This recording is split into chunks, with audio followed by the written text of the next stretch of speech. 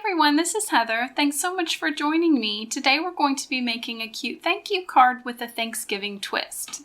I've used some adorable digital stamps from Sweet November to make this cute card. It's got a little girl holding a banner that says thanks, and I've added this cute little turkey. I've got a piece of light tan cardstock for my cardstock base, just an 8.5 by 11 cut score folded in half. I also found some awesome Argyle print paper in my paper stash. They've got some really great fall colors, and I use those colors as inspiration to color in the digital stamps. And that's been cut to 5 1/4 by 4. I also have a piece of rust textured basil cardstock that's been cut to 4 3/4 by 3 1/2. And I've gone ahead and printed out my digital images on 110-pound weight cardstock. One tip I have though is if you're finding that your digital stamps are bleeding when you're coloring, try using your embossing heat gun and set the ink before you color. For me, it really makes a big difference. I wanted to share a quick tip with you on how I center my digital images on a piece that I've cut out. So I start out with an 8.5 by 11 sheet of cardstock, and I will usually print my images multiple times. That way if I mess up on coloring, anything happens, I don't have to go back and print it again. So once the image is on that large piece, it can kind of be hard to cut it down and get it centered like you would like it. So I just keep my scrap pieces of printer paper for ideas like this, and I cut it to the size that I would like my image to be. So I've cut this piece to 3 1/4 by 4 1/2. I will place that over the larger 8.5 by 11 sheet. Hold this up to the light. You'll really be able to see the digital image show through, and you can kind of move the paper around until you get your digital image centered. And then I'll take a pencil and make a couple of little tick marks along the edge of this scrap piece of paper. Then I'll take my trimmer and cut it down. So that makes it really easy to be able to make sure that my digital image is in the center of the size of cardstock that I would like. Today I'm going to be coloring in these digital stamped images with some Tri-Blend markers from Spectrum Noir. I'm using a combination of brush and bullet tip. I'm starting out with her skin tone, and I'm using the bullet tip in Fair Skin Blend, and I'm starting off with the lightest shade, and I've colored in everything that I would like to be skin toned. Next, I'm moving into the darkest shade. I'm going to add some shading and shadowing around the edges of her face. Also a little bit of shading and shadowing on her hands and her legs, just wherever you would like it to be the darkest. And I always like to kind of round the corners. It just gives it a little bit of a more soft, realistic look. Next, I want to kind of define some features on her face. So I'm going to take that darkest shade, and I'm going to do kind of a half moon shape to give her the illusion of having some nice round cheeks. I'm going to do the same thing on her nose with just a little half moon. And around her lips, just a little bit of maybe an oval type shape, a little bit of shading under the nose, and a little bit down here at the chin. Moving on to the medium shade of the Fair Skin Blend, I'm going to overcolor around the edges of her face. Then I'm going to go back to that lightest shade, and I'm going to blend all that in together. I've done the same on her hands and her legs with the medium shade. I'm going to blend that back out with the lightest. To add a bit of rosiness to her cheeks and her lips, I'm going in with Pale Pink Blend. I'm going to start off with the lightest shade. I'm going to go just below those little half moons that I made with the Fair Skin Blend. Up above the nose, I'm going to go up into a little bit of a triangle. And then I'm going to take the medium shade of the Pale Pink and go a little bit higher than the color that I did with the Fair Skin, and add just a little bit around the lips and the nose and the chin. And that gives her that look of nice round rosy cheeks and lips. And lastly, I wanted to add some cute little freckles on her face. So I'm using the medium tone of the Gold Brown Blend Bullet, and I'm just going to tap that across her nose to give her those cute little freckles. Moving on to her hair and her eyes, I'm going to be using Earth Brown Blend. I'm going to point out something. I've pointed this out in other videos, but if you are new to the Tri-Blend markers, I wanted to point out that the bullet and the brush tips sometimes will have the same color name, but will not have all the exact same colors inside. So for the Earth Brown, the bullet tip has EB 1, 2, and 3, but the brush tip has EB 1, 4, and 7. So that does give you more choices in that range of colors. So for the color on her eye, I'm using the medium shade of the Earth Brown Blend, and I'm using the bullet tip just because it's easier to get into the smaller spaces. And then this digital stamp does not have pupils. So I'm going to take a pen and just draw some little circles in the middle of her eyes. This is kind of fun though, because you could play around with her placement, like change the direction that she's looking in. And to add this detail, I used a Le Pen permanent pen. I like to use any type of a fine tip permanent pen when I'm adding little details like this to digital stamps. And we're going to be using this again in a minute to add some detail to her sweater.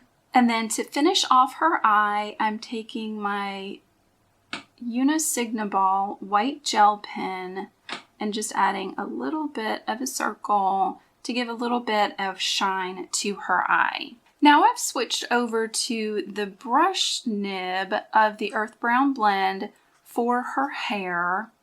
And when I'm doing hair, I actually like to start with the darkest color first, which is a little bit different than how I normally color with the Tri-Blend markers. But for some reason, this just works a little better for me. So I'm kind of using the stamp as a guide wherever she's got some sections to her hair. I'm going to take that marker and flick out, kind of following the curves of the stamp. So I kind of like to hold my pen a little loosely so I can get that nice little fat and thin line. So wherever there's a section, I've just pulled away on either side. I'm also going to add some color along the bottom of her bangs with this darkest shade.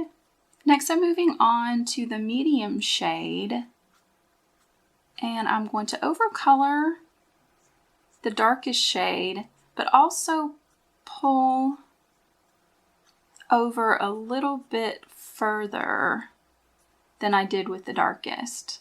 I'm just kind of going over, brushing that out, but following similar lines. And then lastly, I'm going in with the lightest shade, and I'm going to make sure everything that is white is now going to be colored in. And that will fill in those sections and also kind of help blend the dark and the medium shades together. And that's added some pretty realistic texture to her hair. With the lightest shade of gold yellow, I'm going to do her shirt, the cuffs of her sweater, and her shoes. Then I'm going to use the medium tone to add some shading and shadowing. And I'm going to skip the darkest shade. Just use those two. For her sweater, I'm using the blue turquoise blend, and I've started off with the lightest shade. Be real careful to get in and around all those little letters. I'm going to go in with the dark and add some shading and shadowing. I'm going to overcolor in between those two with a little bit of the medium tone. And then go back to the light and blend all that in together. Going back to my Le Pen permanent pen, I want to add some detailing to her sweater to give it a little bit of pattern and texture. Just kind of starting at the button and going toward her cuff. I'm just going to draw some lines. And then have some going down. Don't forget to get in around those letters.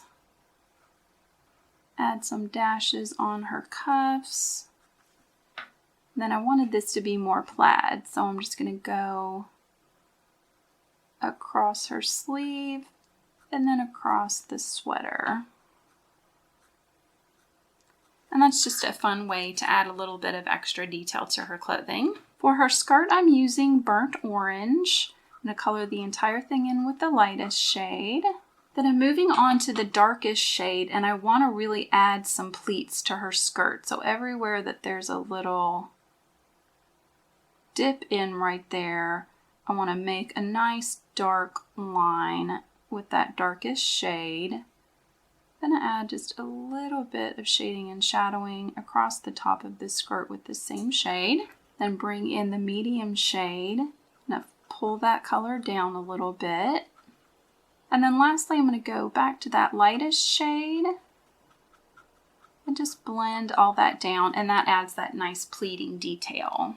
I also used that burnt orange for her button. And then to add additional detail to her skirt, I'm going back to that white gel pen. I'm just going to draw some little polka dots all around her skirt. For the letters of the banner, I'm using earth brown like I did with her eye. And again, I'm using that bullet point, so that just makes it so much easier to get into those little spaces. Then I'm going in with the darkest shade, and just on the tips kind of each letter, I'm going to add just a little bit of shading and shadowing. It's a little bit too small to go in with all three colors. This just adds a little bit of a rounded dimension to those letters. And here's the image now that I've finished coloring. Going back to that earth brown blend in the bullet tip, I've gone ahead and colored the entire body of my turkey. I'm going to go in and add some shading and shadowing with the darkest shade. I'm going to overcolor just a little bit with the medium. And then go back in with the lightest shade and blend that all in together. For the feathers of my turkey, I'm using the lightest shade of the gold yellow blend in the brush marker. I'm going to completely color in the wings, just around the outside of the eye, and the little beak and feet. Then moving on to the medium shade, I'm going to do the feathers that are closest to the body, and then the tips just on the outside. Be real careful kind of not to color outside the lines too much. Add a little bit of shading to the beak and feet, and then using the darkest shade of the gold yellow blend, I'm going to do some of those little bands around the feathers, and also his little gobbler. Then to finish off, I'm going to add just a little bit of orange with the lightest shade of that burnt orange. Then just like I did with the girl's eyes, I'm going to add a little black pupil and then a little dot with the white gel pen. And then using my scissors, I'm going to cut out my turkey, leaving just a little bit of a border. I've gone ahead and adhered my pattern paper to my card front, and I'm going to center my little girl on the piece of rust paper and then adhere her to the center. And I've placed some foam tape on the back of my little turkey. I'm going to put him down here in the corner. And here's our finished card. I think this makes for a really fun thank you card, especially around the fall and Thanksgiving. I really enjoy using things like the Le Pen and the white gel marker to add some extra custom detail to the digital stamps. I really hope that you enjoyed this video. If you did, please give it a thumbs up and be sure to check out my channel and subscribe. And I hope you have a really wonderful day. Bye!